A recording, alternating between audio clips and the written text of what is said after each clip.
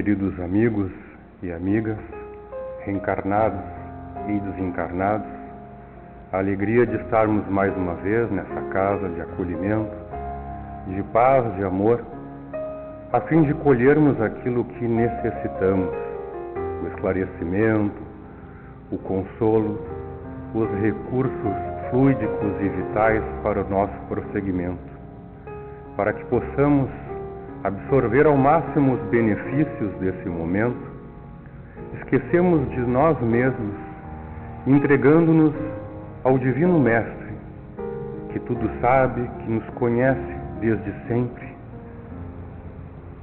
rezando a Deus, a Jesus, dizendo: Pai, muito obrigado por essa oportunidade.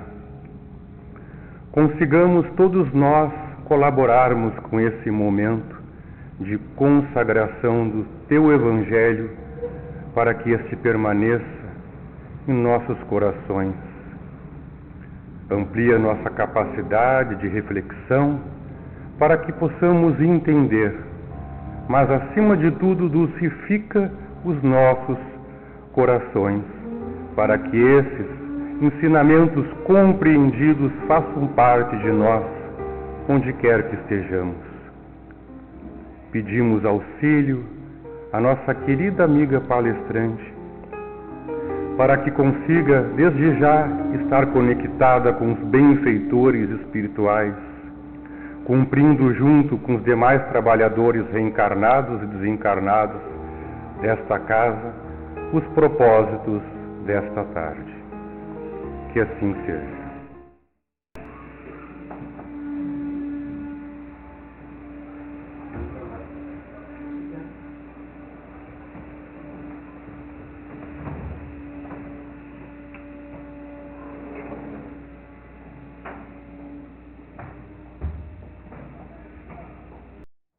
Boa tarde a todos, sejam todos bem-vindos para o estudo desta tarde do Evangelho segundo o Espiritismo.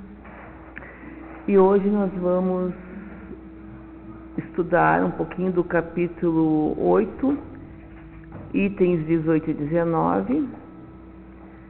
Bem-aventurados que têm puro coração, deixem que venham a mim as criancinhas. Vamos ver o que Jesus quis dizer com essa frase. E Jesus, vendo a multidão, subiu a um monte e assentou-se. Aproximaram-se dele os seus discípulos, e ele se pôs a ensiná-los, dizendo: Bem-aventurados os simples ou pobres de espíritos, porque deles é o reino dos céus. Bem-aventurados os que choram, porque serão consolados. Bem-aventurados os mansos, porque herdarão a terra. Bem-aventurados os que têm fome e sede de justiça, porque serão saciados. Bem-aventurados os misericordiosos, porque alcançarão a misericórdia. Bem-aventurados os pacificadores, porque eles serão chamados filhos de Deus. Bem-aventurados os que sofrem perseguição por causa da justiça, porque deles é o reino dos céus.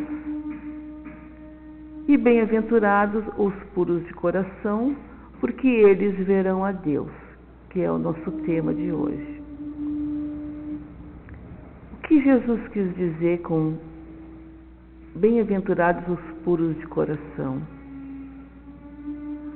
Os limpos de coração são os que não possuem manchas morais, são os puros.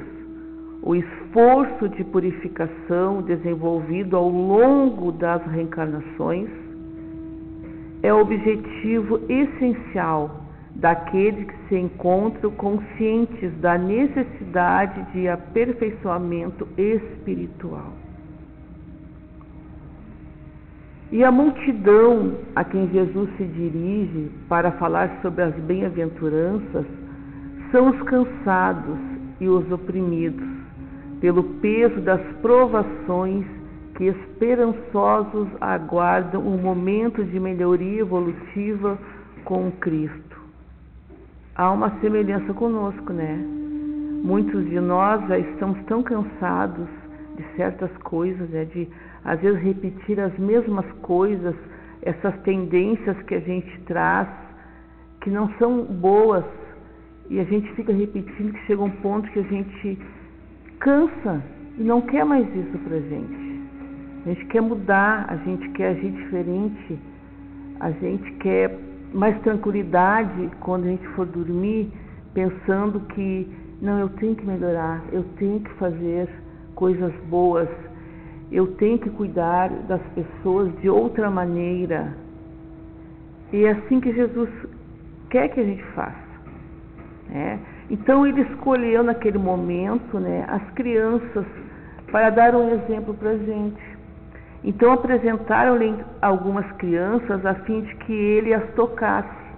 E como seus discípulos afastassem com palavras ásperas as que ele as apresentavam, Jesus, vendo isso, ficou triste e disse: Deixai que venham a mim as criancinhas, e não as impeçais, porquanto o reino dos céus é para os a que se assemelham. Digo-vos em verdade, que aquele que não receber o reino de Deus como uma criança, nele não entrará. E depois de as abraçar, abençoou-as, impondo-lhes as mãos. Então Jesus estava comparando as criancinhas, aqueles espíritos que querem a mudança, que já estão pensando que tem que agir diferente. E que a pureza do coração é inseparável da simplicidade e da humildade. Nós ainda temos tanto orgulho dentro de nós, né? Tanto egoísmo, que eu acho que já está na hora da gente olhar bem lá para dentro da gente e começar a fazer essa mudança, né? Eu acho que todos nós já estamos lutando contra isso, né? Porque nós já estamos aqui na Casa Espírita, já chegamos até aqui, então estamos tentando, da melhor maneira possível, mudar nossos pensamentos, nossas atitudes, em relação a tudo. E essa pureza de coração, ela exclui todo pensamento, né? Então, de egoísmo e de orgulho. É por isso que Jesus usa a infância como um símbolo de pureza. Que essa comparação, né, parece até injusta, porque a gente sabe que a criança, ela já é um espírito que vem de outras encarnações, né, com tendências ruins, com tendências boas. É como nós, né, nascemos aqui e trazemos dentro de nós tantas coisas boas e também tantas coisas ainda que nós não conseguimos vencer, né, por causa do nosso orgulho, por causa do nosso egoísmo. Então, essas imperfeições, né, elas nos trazem tristeza às vezes. Às vezes a gente fica chocado conosco mesmo, ficamos decepcionados com certas atitudes. Mas aí que está, é o momento da gente lutar contra isso. Reconhecer que errou e começar novamente. E somente um espírito que atingiu a perfeição, né, poderia nos dar esse modelo, né, da verdadeira pureza. Nós sabemos, né, que Jesus é esse espírito que é o nosso guia, o nosso modelo, que é esse que a gente tem que se espelhar, né, que ele já tinha essa verdadeira pureza no coração. E além do que Jesus não diz de maneira definitiva que o reino de Deus é para as crianças, mas sim para aqueles que as assemelham. Então, ele não está dizendo que toda criança já está com o reino de Deus dentro de si, mas a gente sabe que toda aquela inocência que a criança tem, que a gente acolhe, né, que a gente ri junto pela inocência dela, essa inocência que nós deveríamos trazer desde quando nós nascemos, e às vezes até por motivo da família, por convivência com outras pessoas fora da família, por preconceitos e conceitos da sociedade, a gente vai se ajustando a esses moldes e esquecendo da humildade, da bondade, da benevolência. A gente vai esquecendo disso. E a gente vai se moldando como a sociedade exige. E a gente sabe que às vezes não é assim que a gente deve agir. E a gente pensa muito no outro, no que o outro vai pensar, e muitas vezes deixa de fazer uma coisa boa, uma coisa para o nosso próximo que nós gostaríamos que fizesse para a gente. E a gente vai lá e faz diferente. E muitas vezes nós perdemos a oportunidade de agir como Jesus veio nos ensinar, e por causa do pensar no que o outro vai dizer da gente, a gente deixa de fazer. Tudo é sabedoria na obra de Deus, né? Então, a criança necessita de cuidados especiais que somente a ternura de uma mãe pode lhe dar. E essa ternura aumenta diante da fragilidade, da ingenuidade da criança.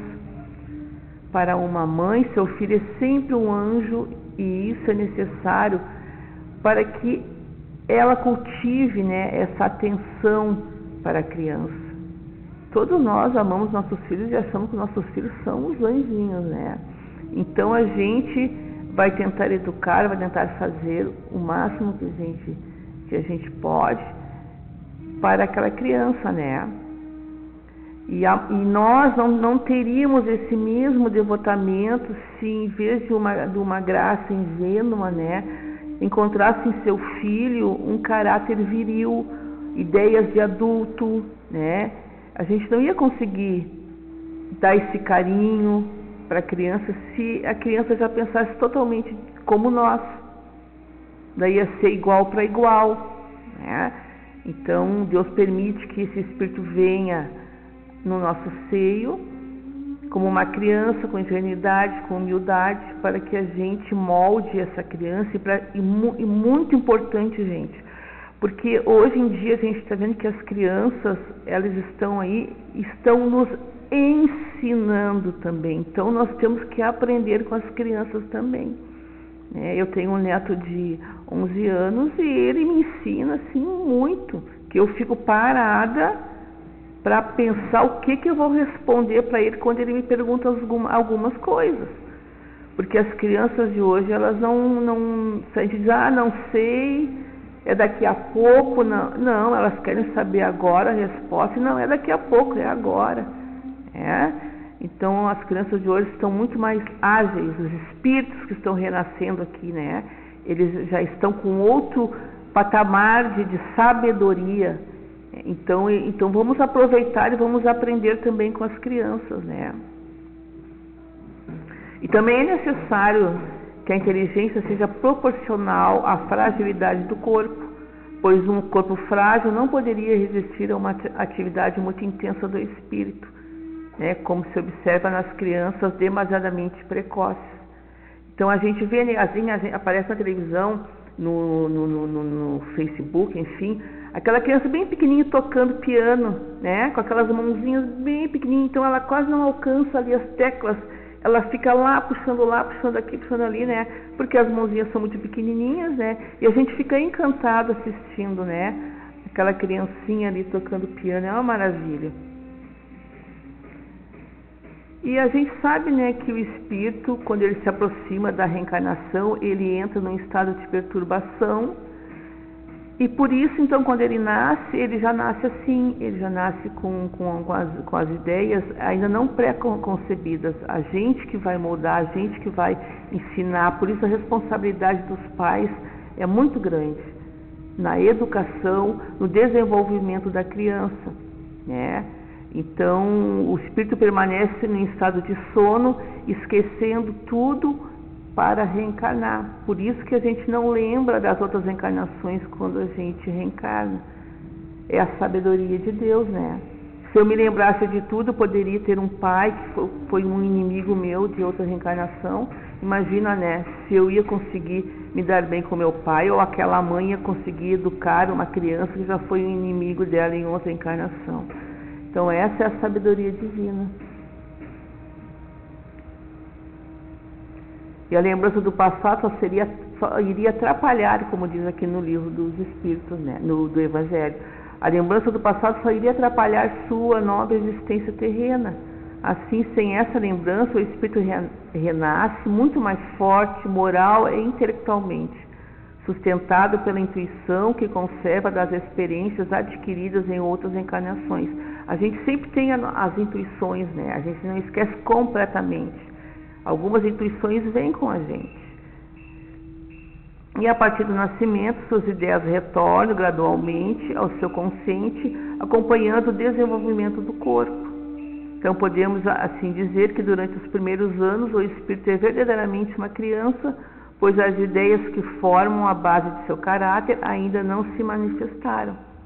Então ali é como a gente diz, né? A criança, quando é pequena, é uma esponjinha, né? Ela vai sugando tudo. Então a gente tem que realmente ter um cuidado ao ensinar a educação dessa criança, né?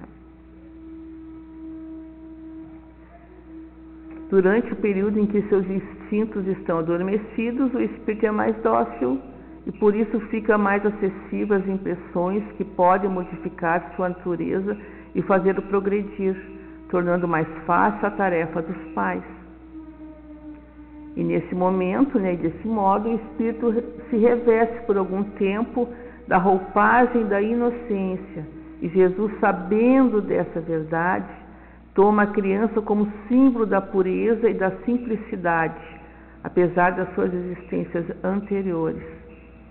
Então, tudo isso aqui que Jesus fala sobre as crianças, na realidade, ele está mostrando para nós, espíritos já adultos, o que nós teremos que fazer para entrar no reino dos céus. É agir como uma criança, é ter aquele sentimento de inocência e humildade como a criança, até uma certa idade, né? Depois ela vai desenvolvendo e já vai trazendo as suas tendências. Então, é por isso que Jesus fala que o espírito, né, ele tem que ter aquele sentimento da criança, né, e que ele não diz assim que a criança que é um espírito bom, já é um espírito elevado. Ele diz que nós temos que nos tornarmos assemelhados naquela idade da criança, naquele tempo que a criança viveu, né, que a gente deveria ter essa inocência para sempre, aprendendo sempre uns com os outros, delegando o nosso conhecimento aos outros, recebendo conhecimento dos outros, sem orgulho, sem egoísmo, sem prepotência. É isso que Jesus fala. E Jesus apresentou no Evangelho muito mais do que uma orientação filosófica religiosa, de como podemos viver melhor. Seus ensinamentos têm caráter científico, podendo hoje ser apreciados em modernas pesquisas que atestam a profundidade de suas colocações. Na verdade, há muito tempo o senso popular sabe que a mente com pensamentos positivos apresenta repercussões favoráveis na saúde física e na saúde mental, né? Mas hoje são as pesquisas científicas que comprovam essa hipótese, não deixando dúvida da importância desses conceitos. Porque às vezes, né, a gente fica esperando a ciência comprovar alguma coisa para ver se o espiritismo está certo, né? E às vezes quando o espiritismo não acompanha assim, ele vai lá, não, então a ciência provou isso, o espiritismo vai acompanhar a ciência. Então todas essas coisas que nós aprendemos, que Jesus veio nos ensinar, né, isso cá para toda a humanidade. Todos vão começar a entender, todos vão acreditar, todos vão fazer o que tem que fazer, a humanidade toda.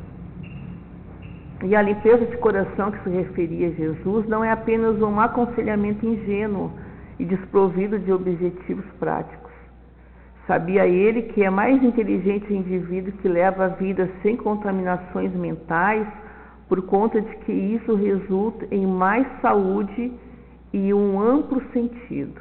Então, quando nós temos pensamentos positivos, esses pensamentos vai nos deixar muito melhor, porque não vai afetar o nosso corpo. O pensamento negativo, sim, vai afetar a nossa saúde, vai afetar aquele que está do nosso lado. E Jesus sabia disso, e nós, na doutrina espírita, nós estamos aprendendo isso, a gente sabe disso. que a gente tem que ter pensamentos positivos. E essa virtude, tudo isso que Jesus falou, que nós teríamos que ser inocentes, entre aspas, que nós teríamos que ser indulgentes, humildes, essa virtude ela não aparece pronta. Nós temos que conquistar tudo isso. Há uma necessidade de uma verdadeira escalada de esforços pessoais para esse nível. Todos nós temos que trabalhar em nós, todos nós temos que procurar fazer o bem, todos nós temos que conquistar essas virtudes, essas qualidades. Cada um tem que fazer por si, porque a virtude realmente ela não vem pronta. Deus, ali quando a gente nasce, ela não vai dizer, não, agora a Noêmia vai ter todas as virtudes, ela vai viver com todas as virtudes. Não. Os outros lá vão ter que conquistar, não é assim. Todos nós vamos ter que conquistar o amor, a humildade, a benevolência, em todas que eu já disse, né? Porque a gente às vezes tem que repetir essas coisas todas para entrar bem, né? Dentro da gente, introjetar dentro da gente, né? E é um trabalho de conquista, né? O dia a dia, desse nós levantando até dormir, tentando conquistar, tentando fazer o melhor, né? É um processo de despojamento de camadas do ego, como se fosse, até tem no livro Código do Monte, que ele fala assim, como se fosse descascar uma cebola, onde são retiradas as camadas externas em direção às interiores, de fora para dentro. Porque a gente tem coisas escondidinhas lá dentro que a gente nem imagina que tem. E são coisas boas e também não são coisas muito boas, não. É como se fosse um vaso, né, que tem terra, e que daí a gente colocasse água, aquela terra ficasse lá no fundo, né, e a água mais limpa em cima. Então a gente vai colocando água, vai colocando para limpar tudo aquele barro que tem lá no fundo do vaso. É mais ou menos isso que a gente ainda tem dentro da gente. A gente tem um barrinho lá dentro que a gente às vezes não quer mexer nele, porque a gente sabe que vai mexer, vai subir aquela água, né? O barro vai subir, vai sujar a água. É mais ou menos isso. Então a gente tem muita coisa escondida lá dentro. Então a gente tem que começar a descascar como uma cebola, de fora para dentro, até chegar lá no fundinho. Claro que numa encarnação só a gente não vai conseguir, né? Mas a gente tem que seguir em frente, né?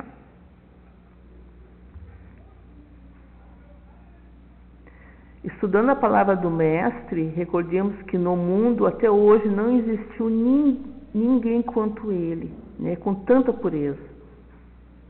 E segundo João Evangelista, o apóstolo, né? Jesus queria que os homens fossem até ele com a mesma confiança das crianças. Assim ele envolvia as almas com a sua terna e misteriosa autoridade. Jesus foi o farol que iluminou as trevas, a claridade da manhã que despertou os homens. Ele foi o iniciador do Espiritismo, que deve chamar a si não as crianças, mas os homens de boa vontade. A vigorosa ação foi iniciada, diz João. Não se trata mais de crer cegamente e de obedecer de maneira mecânica. É preciso que o homem siga as leis racionalmente, o que lhe dará uma visão universal. Nós não vivemos só nesse planetinho aqui, chamado Terra. Aí fora há muita coisa que nós temos que descobrir. E nós vamos descobrir. Nós vamos descobrir. E segundo um espírito protetor, no item 19 desse mesmo capítulo, ele diz que o remédio poderoso que possui a virtude de ser aplicado em todas as chagas do coração e curá-las é o amor e a caridade. Ah, o amor e a caridade. E ele diz mais: se tiverem amor, terão tudo o que é permitido desejar na terra. Possuirão uma pérola preciosa que não poderá ser retirada nem pelos incidentes da vida, nem pela maldade daqueles que os odeiam e perseguem. Se tiverem amor, terão guardado o tesouro lá onde os vermes e a ferrugem não podem chegar. Verão desaparecer de suas almas tudo quanto possa lhes manchar a pureza. Sentiram o peso da matéria diminuir dia após dia. E tal como o pássaro que voa pelos ares e não se lembra mais da terra, estarão sempre subindo até que a alma desfrute a verdadeira vida no seio do Senhor. Nós estamos aqui para quê, gente? É para isso, né? Nós queremos encontrar a felicidade, nós queremos viver bem com todos. Nós queremos que os nossos filhos, nossos irmãos, nossos entes queridos vivam bem. E para a gente conseguir isso, a gente tem que fazer essa melhoria. A gente tem que lutar contra as nossas temperanças, nossas dificuldades, os nossos ranços. A gente tem que fazer. Claro que a gente tem toda essa encarnação ainda, temos outras, mas não vamos perder tempo, né? Não vamos chegar lá do outro lado dizendo, puxa vida, quanto tempo eu perdi, podia ter feito isso e não me dediquei naquele momento. Nós estamos num mundo material, devemos viver como tal, mas não deixar que isso nos atormente.